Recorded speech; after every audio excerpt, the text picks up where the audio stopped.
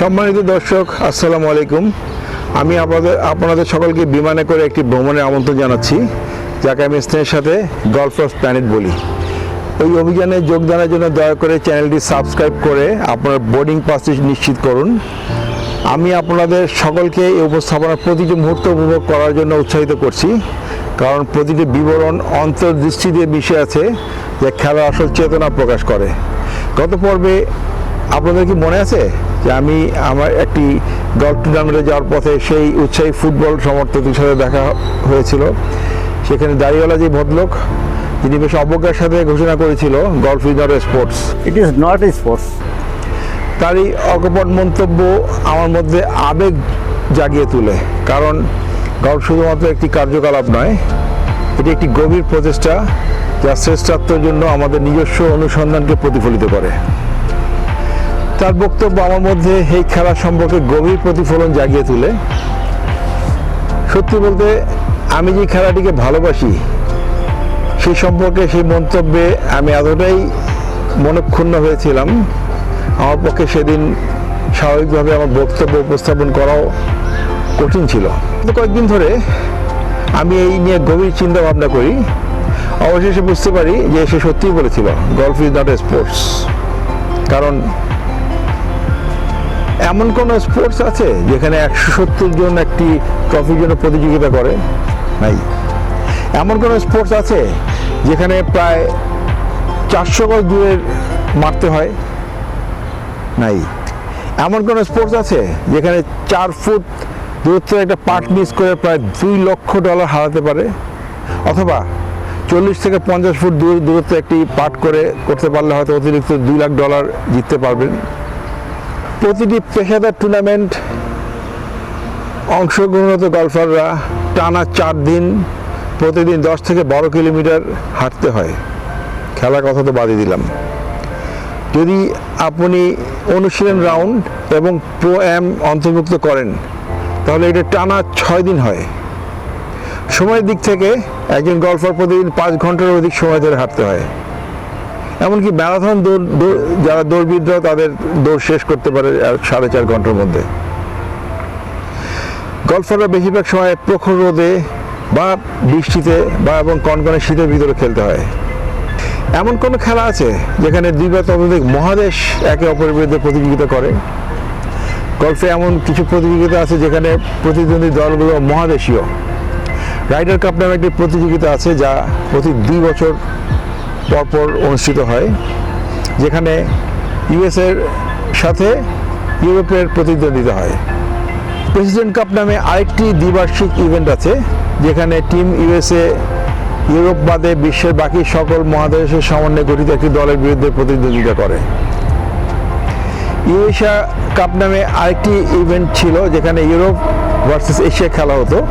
করোনার পরে খেলাটা এখন পর্যন্ত হয়নি, বাট আমি শুনেছি এটা খুব শীঘ্রই শুরু হবে। বেশিরভাগ খেলায় খেলোয়াড়রা একটি ব্যাট বা একটি র্যাকেট বা একটি লাঠি ব্যবহার করে। ব্যান্ড, ধরন, আকার ইত্যাদি খেলোয়াড় পছন্দ অনুসারে পরিবর্তিত হতে পারে।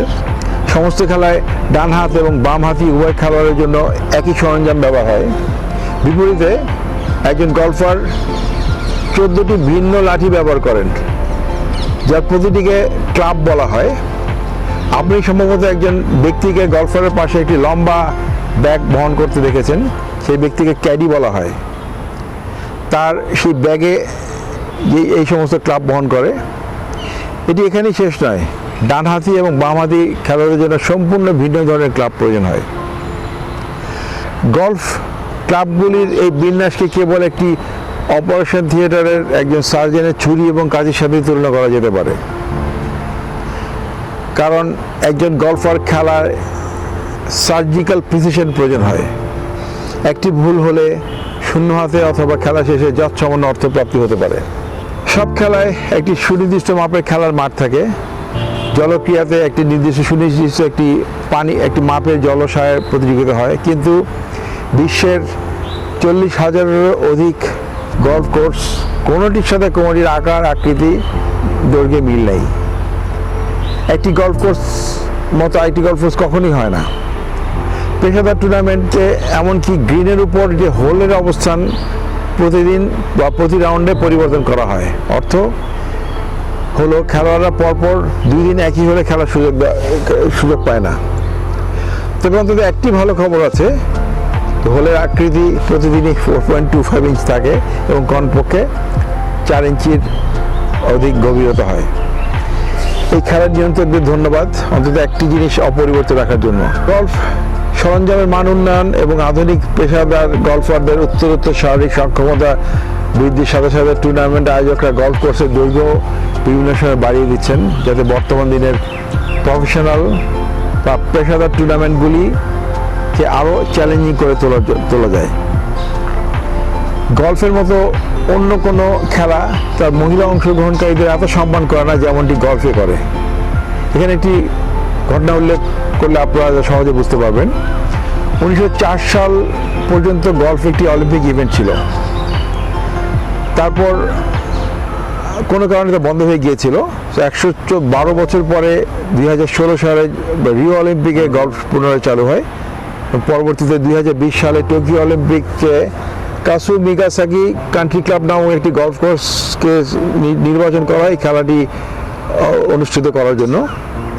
কোনো এক পর্যায়ে শোনা গেল যে এই কোর্সটিতে মহিলাদের মেম্বারশিপ নেওয়া হয় না। তো এটা জানার পরে আয়োজকরা চিন্তা করছিল যে এই ক্লাবে না করে অন্য কোনো ক্লাবে করতে। তো আয়োজকরা খুঁজছিল যে জেন্ডার বৈষম্য ছাড়া অন্য কোনো কোর্সে এই খেলার আয়োজন করা যায় কিনা। অলিম্পিক গল্ফ আয়োজন করতে পারা কাসুমাগাসাকি গল্ফ ক্লাবের জন্য একটি বিরল সম্মানের বিষয় ছিল। তাই কাসুমাগাসাকি তাদের 91 বছরের পুরাতন ঐতিহ্য ভাঙতে দ্বিধা করেনি এবং দ্রুত মহিলাদেরকে ক্লাবের সদস্য হিসাবে গ্রহণ শুরু করে। অবশেষে 2020 সালের অলিম্পিক গল্ফ প্রতিযোগিতা আয়োজনের সম্মান নিশ্চিত করে। আজকাল বেশিরভাগ খেলাতেই মহিলাদের দল থাকে, কিন্তু গল্ফে মহিলাদের দল বা অংশগ্রহণকারীদের ইতিহাস প্রায় একই সময়ে, যখন থেকে পুরুষরা আধুনিক রূপের গল্ফ খেলা শুরু করে। আমার এপিসোড 2-তে হলুদ শার্ট পরা তরুণ ফুটবল ভক্তের অবজ্ঞা সহকারে আরেকটি মন্তব্য আমার মনে আছে। সে বলেছিল, it is an old man game. It is old man game. আমি তার কথায় প্রথমে কষ্ট পেলেও কিন্তু পরে অনুধাবন করি সত্যি যে এটা একটি ওল্ড ম্যানস গেম। এই নিয়ে একটি জোক মনে পড়ছে। একজন বলেছিল, মানুষ 15 থেকে 35 বছর পর্যন্ত ফুটবল খেলে, 35 থেকে 55 বছর পর্যন্ত টেনিস খেলে এবং 55 বছরের পর থেকে মৃত্যু অবধি গল্ফ খেলে। অর্থাৎ বয়সের সাথে সাথে গল্ফের বলের আকৃতি তাদের জন্য ছোট হয়ে আসতে থাকে। যাই হোক, গল্প প্রসঙ্গে ফিরে আসি। গল্ফই একমাত্র ক্রীড়া যেখানে একজন বৃদ্ধ ব্যক্তি গর্বের সাথে অংশগ্রহণ করতে পারে। আপনি কি জানেন সে বৃদ্ধ কত বছর বয়স থেকে খেলা শুরু করতে পারে? সে যখন 2 পায়ের উপরে কোনো রকম দাঁড়াতে পারে এমন একটি শিশু বাচ্চার বয়স থেকে তার 1 পা কবরের বাইরে থাকা পর্যন্ত খেলাটি খেলতে পারে। এমনকি কেউ কেউ বিশ্বাস করে যে তাদের মৃত্যুর পরে ভেসতে গেলেও গল্ফ খেলতে পারবে।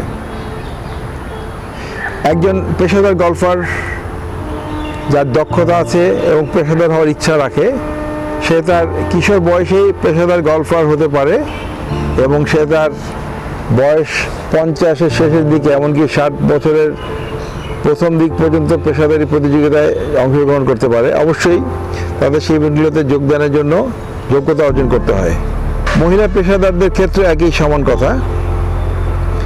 বেশিরভাগ খেলার নিয়ম, স্কোরিং সিস্টেম এবং মাঠের মাপ পেশাদার এবং অপেশাদার উভয়ের জন্য একই সমান, কিন্তু গল্ফে ভিন্ন। জেন্ডার, বয়স এবং পেশাদার অপেশাদার অবস্থার উপর ভিত্তি করে খেলার অনেক নিয়ম ও স্কোরিং সিস্টেম ভিন্ন হয়।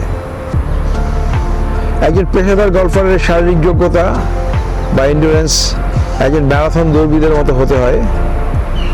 তার শরীরের ভারসাম্য বা ব্যালেন্স একজন ব্যালেরিনার মতো হতে হয়। তার শক্তি ও ক্ষিপ্রতা একজন চ্যাম্পিয়ন বক্সারের মতো হতে হয়। তার সুগভীর মনোযোগ একজন ধ্যানমগ্ন সন্ন্যাসীর মতো হতে হয় এবং একজন স্নাইপারের মতো টার্গেটে এইম করার ক্ষমতা থাকতে হয়। স্নাইপার তার টার্গেটে এইম করার জন্য টেলিস্কোপ ব্যবহার করতে পারে, মাথায় গুলি করার জন্য তার 10 ইঞ্চি বাই 8 ইঞ্চি লক্ষ্যবস্তু থাকে, অথবা বুকে মারার জন্য 1 ফিট বাই 1.5 ফিটের একটি টার্গেট থাকে। কিন্তু গলফার তার শরীর থেকে 90 ডিগ্রি অ্যাঙ্গেলে বা পাশ থেকে ধরে 3 ইঞ্চি বাই 2 ইঞ্চি একটা ক্লাব ফেস ব্যবহার করে 4.25 ইঞ্চির একটি হোলে লক্ষ্যবস্তু স্থির করতে হয়। লক্ষ্যবস্তুর দূরত্ব কখনো কখনো 200 গজের অধিক হয়।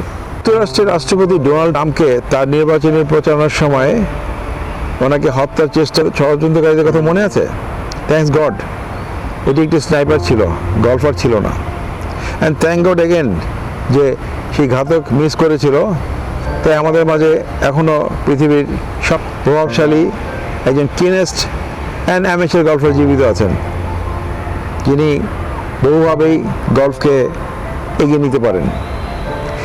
বেশিরভাগ খেলাধুলায় দর্শকরা গ্যালারিতে খামারের মুরগির খাঁচার মতো করে এক স্থানে বসে দেখতে হয়, কিন্তু গলফে দর্শকরা কোর্স জুড়ে 10-12 কিলোমিটার জুড়ে ঘুরে ঘুরে খেলা দেখতে পারে।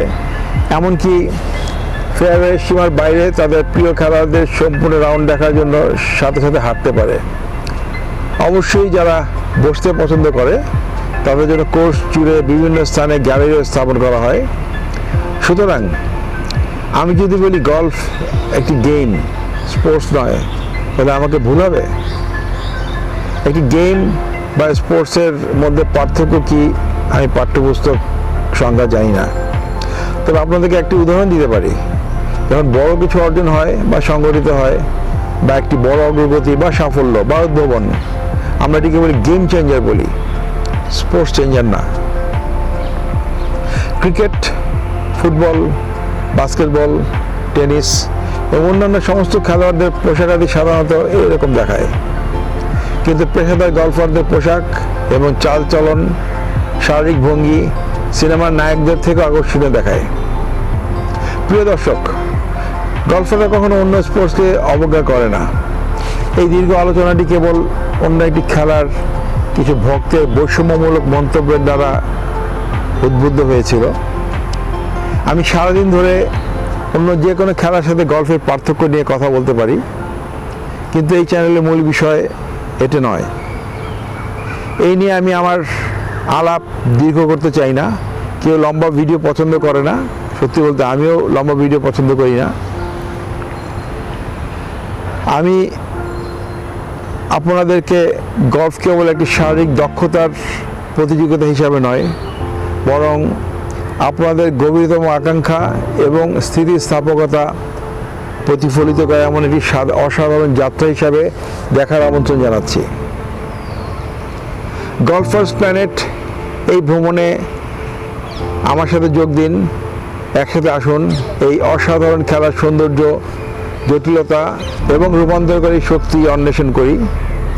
আমার পরবর্তী ভিডিওগুলোতে এই বিষয় নিয়ে আমি গ্রাফিক্যালি উপস্থাপন করব যে কিভাবে পেশাদার গলফ টুর্নামেন্ট টিভিতে বা গলফ কোর্সে যে সহজে উপভোগ করতে পারেন, এবং কিভাবে সহজে এই খেলার অপ্রকাশিত উত্তেজনা উপলব্ধি করতে পারেন। ধন্যবাদ ভদ্রমহলিয়া এবং ভদ্রমহোদয়গণ। আমার এই চ্যানেলটি সাবস্ক্রাইব করতে ভুলবেন না, যাতে আমার পরবর্তী এপিসোডগুলো আপনাদের কাছে সহজে পৌঁছায় এবং এটা থেকে আপনারা উপকৃত হন।